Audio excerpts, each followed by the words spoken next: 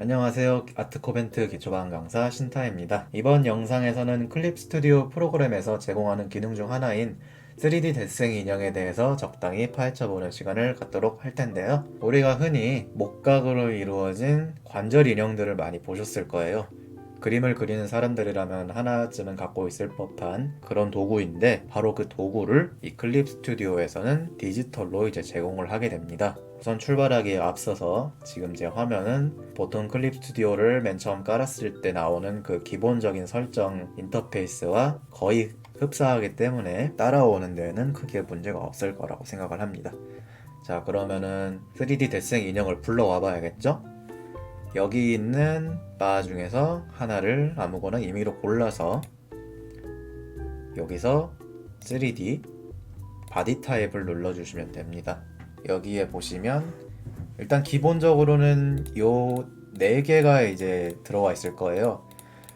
이 밑에 2개와 이 위에 2개를 하나의 종류로 이제 묶어볼 수가 있는데, 아래쪽의 경우에는 약간 현실적인 체형을 가지고 있는 인형을 불러올 수가 있고, 위의 것은 더 만화적인 체형을 불러올 수 있는 인형입니다. 지금은 버전 2의 인형을 가지고 설명을 드리도록 할게요. 아마 이거를 많이 쓰실 거예요. 이게 만화적인 느낌이 많이 나기 때문에. 일단 기본적으로 이 인형을 어떻게 활용을 하느냐에 대해서 알아보도록 하겠습니다. 일단 상단에 있는 버튼들부터 살펴보도록 할게요. 상단에 지금 8개의 버튼이 있죠. 왼쪽에는 카메라 모양을 띠고 있는 3개의 버튼이 있고, 오른쪽에는 상자 모양을 띠고 있는 5개의 버튼이 있습니다. 왼쪽의 3개는 카메라를 조정하는 버튼이고, 오른쪽의 5개는 이 오브젝트 3D 데생 인형을 조정을 하는 버튼이에요. 일단 첫 번째는 카메라의 위치를 조정합니다.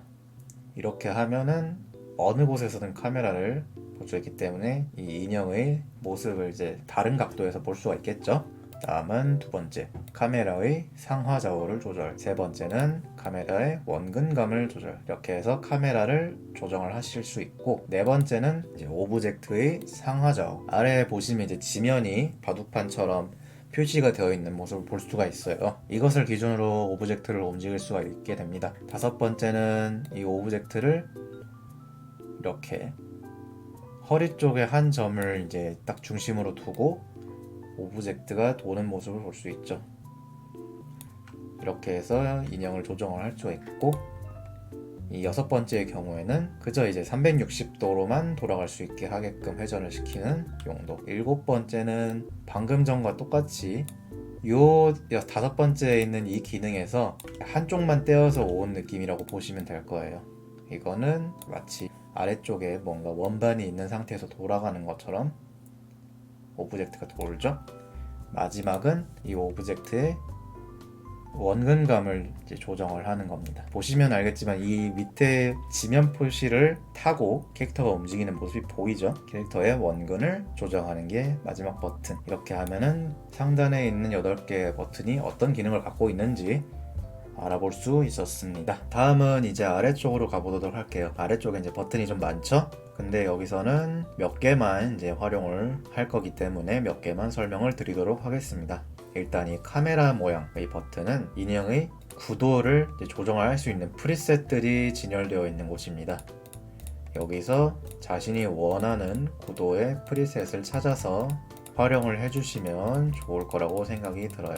만약에 여기서 없다면 카메라와 이 오브젝트 조정을 이용을 해서 여러분들이 원하는 각도를 잡아주시면 될 겁니다. 다음은 모델을 바닥면에 설치합니다 라는 설명이 있는 이 버튼. 이거의 경우에는 아까 전에 설명을 드렸던 지면이 있죠. 만약에 이 인형이 지면에서 붕 떠 있는 경우가 있을 수가 있어요. 그림자가 인형보다 한참 밑에 있는 경우가 이렇게 인형이 붕 떠 있는 경우인데, 이 버튼을 눌러주면 지면에 착 하고 달라붙습니다. 인형이. 이거를 활용을 해주시면 될 것 같고, 다음은 좌우 반전. 지금은 이 인형이 취하고 있는 포즈가 좌우가 완전히 똑같기 때문에 지금 눌러도 큰 변화가 거의 없어요. 하지만 이제 다른 포즈들을 취하고 있을 때 지금은 보시면 이제 좌우가 다르죠. 이 상태에서 좌우 반전을 눌렀을 경우에는 이렇게 반전이 되는 모습을 보일 수가 있고, 모델을 초기 포즈로 되돌립니다를 누르면 지금 포즈를 취하고 있는 상태에서 우리가 아까 맨 처음 인형을 불러왔을 때의 그 포즈가 다시금 이제 만들어지게 됩니다. 다음으로 크기를 리셋합니다. 이거는 나중에 설명을 할게요. 회전을 리셋합니다는 이렇게 회전을 하고 있는 상태에서 원래대로 돌리고 싶을 때 이렇게 다시 이걸 눌러주시면 다시 돌아오게 돼요. 여기에서의 설명은 여기까지 하도록 하겠습니다. 자, 다음은 이 인형을 가지고 할 수 있는 기능 중에 가장 중요한 것을 이제 보러 가도록 할 건데요. 아래의 바에 있는 것들 중에 가장 오른쪽 3D 대생 인형의 체형을 상세 조정합니다 버튼을 눌러보도록 합시다. 이거를 열면은 보조도구 상세가 열리고 가장 먼저 이제 체형이 조정할 수 있는 기능이 보일 텐데, 일단 여기에서 조정할 수 있는 건 전신, 머리, 목, 어깨, 팔, 몸통, 허리, 다리, 발 이렇게 제공이 되어 있어요. 전신으로 한번 볼게요. 전신에 이제 이 조정할 수 있는 칸에 미리 보기가 있죠. 가장 왼쪽으로 갔을 때는 미리 보기에 있는 것처럼 이 인형이 마른 것처럼 보이게 되고, 가장 오른쪽으로 갔을 때는 이 미리 보기에 있는 것처럼 인형이 체형이 비만이 되게 됩니다. 아래쪽으로 갔을 경우에는 어린아이처럼 체형이 평탄해지고, 위쪽으로 가면은 성인 여성처럼 체형이 굴곡이지게 되죠. 일단 기본적으로 이 전신에 있는 것들만 조정을 해줘도 어느 정도는 여러분들이 생각하는 체형이 나올 수 있을 거라고 생각을 하는데요. 만약에 여기서 무언가 조금 더 조정을 하고 싶다고 한다면 각 부위로 들어가셔서 세부 조정을 하시면 돼요. 예를 들어서 허리를 내가 만약에 너비를 조정하고 싶다, 그럼 여기서 허리의 너비를 조정하시면 되는데, 이 수치가 늘어나면 허리가 늘어나고 수치가 줄어들면 허리가 좁아지게 됩니다. 이것을 이용해서 허리를 약간 조금 늘리고, 그 다음에 다리를, 허벅지를 조금 더 굵게 하고 싶다 하면은 이 다리 부분으로 가서 오른쪽으로 당기면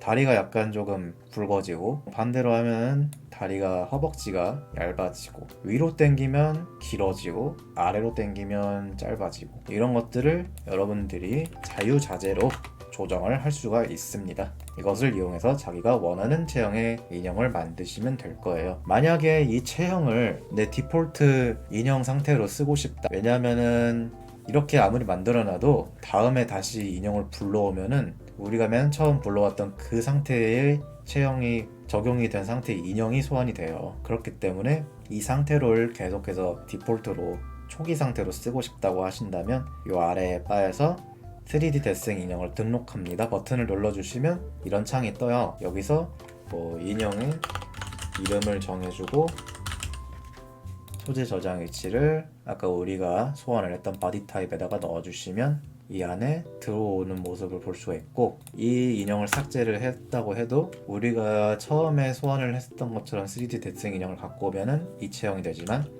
우리가 저장했던 이 인형을 불러오면은 우리가 조정을 했던 그 체형의 인형을 불러올 수가 있게 됩니다. 이렇게 하면 복잡한 절차를 계속해서 거칠 필요 없이 자기가 원하는 체형의 이 인형을 계속해서 사용을 할 수가 있겠죠. 이렇게 하시면 체형에 대해서는 거의 이제 완벽하게 쓸 수 있는 상태가 되었다고 보시면 될 것 같습니다. 다음으로 넘어갈게요. 다음은 체형 위에 있는 광원을 보겠습니다. 광원은 말 그대로 빛이죠. 빛이 어느 쪽에서 쬐느냐를 조정을 할 수가 있게 됩니다. 드래그를 해서 이 구에 맞춰서 빛을 이제 움직여 주시면 왼쪽에 있는 대생 인형도 그에 맞춰서 그림자가 다르게 지는 모습을 보여줘요. 이것을 이용해서 어느 방향에서 빛이 다가오는지를 조절을 할 수가 있고, 그에 맞춘 대생 인형의 체형에 맞춰서 그림자가 이제 지는 것이 어떻게 지는지 볼 수가 있게 됩니다. 이것을 이용을 한다면 그림을 그릴 때에도 그림자 표현을 어떻게 할지를 조금 더 쉽게 힌트를 얻어 가실 수가 있을 거라고 생각을 해요. 광원은 이 정도가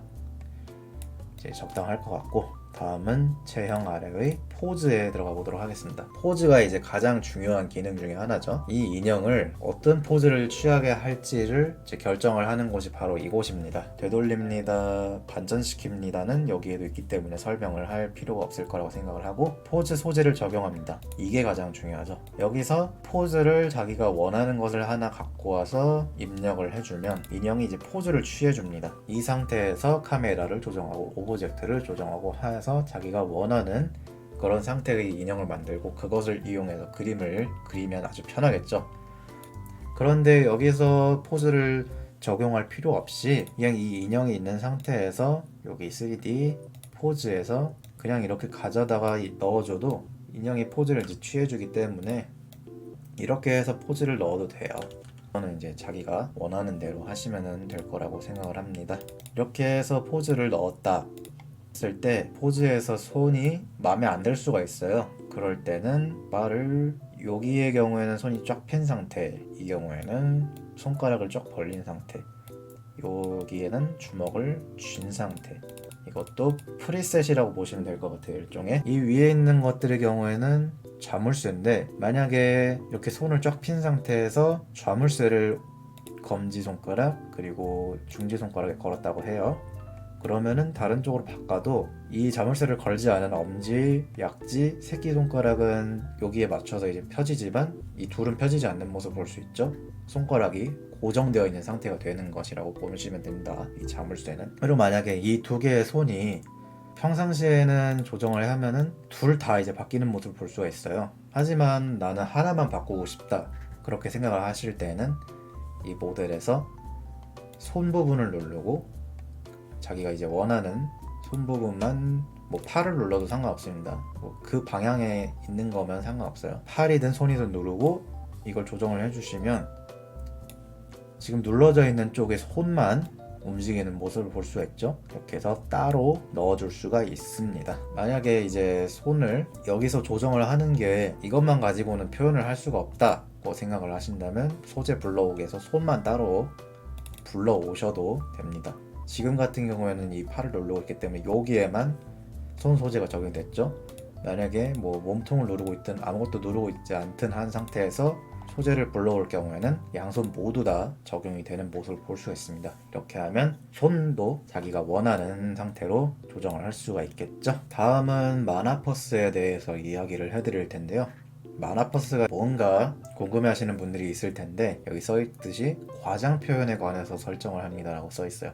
과장 표현이라는 건데, 흔히 만화를 보면 이제 특정한 부위가 이제 과장되어서 나오는 경우가 많죠. 만화에서 쓰이는 거라고 해서 일러스트에 쓰이지 않을 거라는 거는 없습니다. 왜냐하면 똑같은 캐주얼 일러스트에 기반을 하고 있기 때문에. 이게 어떤 식으로 이제 반영이 되는지를 한번 보여드릴게요. 일단은 다시 원래 맨 처음 상태의 인형을 불러오도록 합시다. 그리고 이 인형을 가지고 마나퍼스가 어떻게 작용을 하는지를 보여드릴게요. 일단 이렇게 정면을 보고 있는 상태에서의 마나퍼스를 조정을 했을 때 아무런 변화도 없어요. 근데 이게 당연한 겁니다. 정면에서 봤을 때 무언가가 도드라지면 그건 처음부터 이상해지는 결과가 나오겠죠. 만약에 이 상태를 한번 볼게요. 이렇게 위에서 하이 앵글로 이 인형을 내려다보고 있을 때, 지금의 경우가 원래 현실적인 우리가 하이 앵글로 봤을 때의 인형의 모습입니다. 하지만 마나퍼스를 적용을 하면 머리가 약간 도드라지는 효과가 나오죠. 팔이 약간 뒤로 들어가고, 보시면 알겠지만 발도 약간 뒤로 들어가고 변화가 약간 있죠. 정면에서 봤을 때는 도드라질 것이 없기 때문에 마나퍼스를 적용을 해도 아무런 변화가 없지만, 이 하이 앵글 상태에서는 머리 쪽이 도드라지기 때문에 마나퍼스가 적용이 된다. 아래쪽으로 해도 마찬가지겠죠. 지금의 경우에는 이제 이 발 쪽이 조금 더 과장이 되어야 되기 때문에 발과 손이 과장이 되고 머리가 약간 작아지고, 이런 식으로 특정 부분이 과장이 되는 표현을 쓰고 싶을 때는 이 마나퍼스를 이용을 하면 됩니다. 요걸로 이제 조정을 하시면은 조금 더 도드라질 수 있는데, 기본 상태에서 쓰는 게 가장 범용적이지 않나 생각이 듭니다. 다음으로는 윤곽선을 보도록 할게요. 윤곽선은 뭐 간단해요. 이 인형의 주변에 선을 친다는 걸로 생각을 하시면 됩니다. 지금 보시면 선이 쳐져 있지만 좀 얇죠? 여기서 윤곽선 폰을 조정을 해주시면 이 인형의 주변의 윤곽선이 조금 더 굵어진 게 보여요. 이렇게 하면은 인형을 조정을 할 때 조금 더 이제 뚜렷한 상태에서 조정을 할 수가 있겠죠. 그러면은 인형을 조금 더 자세하게 조정할 수가 있을 거고, 이렇게 해서 광원, 체형, 포즈, 마나퍼스, 윤곽선에서 이제 보조도구는 다 보셨다고 생각을 하시면 될 것 같습니다. 마지막으로 이제 이 인형을 활용하면서 생길 수 있는 트러블에 대해서 이야기를 해드릴 거예요. 일단 이렇게 인형을 띄워놓고 다른 작업을 하고 있었다가 다시 이 인형을 조정을 하고 싶은데, 보시면 알겠지만 지금 이 표시가 뜨면서 인형이 아무런 조정이 안 되죠. 이 경우에는 당황하지 말고 이 왼쪽 바에서 이 상자 조작 버튼을 눌러주시면 다시 조정을 할 수가 있습니다. 조작에서 오브젝트를 눌러주시면 다시 조정을 하실 수가 있어요. 그리고 이 외에도 이렇게 그냥 아무것도 없는 상태에서 여기 3D에서 바디 타입을 거치지 않고 포즈를 들어가서 포즈를 따왔다고 했을 때 기본적으로 남성체가 나옵니다. 인형이 보시면 남성체죠. 이 상태에서는 이 여성으로 바꿀 수 있는 방법이 제가 아는 한에서는 없기 때문에 체형을 여성 체형으로 한 상태에서 포즈를 적용하고 싶다 하면은 미리 이렇게 여성체를 따로 불러온 다음에 포즈를 취하게 해주시면 깔끔하게 자기가 원하는 그림이 나올 수가 있을 거라고 생각을 합니다. 이렇게 해서 기초적인 3D 대생 인형의 기능들은 다 살펴봤다고 생각을 하고요. 여기서 이제 이번 영상은 마무리를 하도록 하겠습니다. 그러면 지금까지 아트코멘트 강사 신타였습니다. 감사합니다.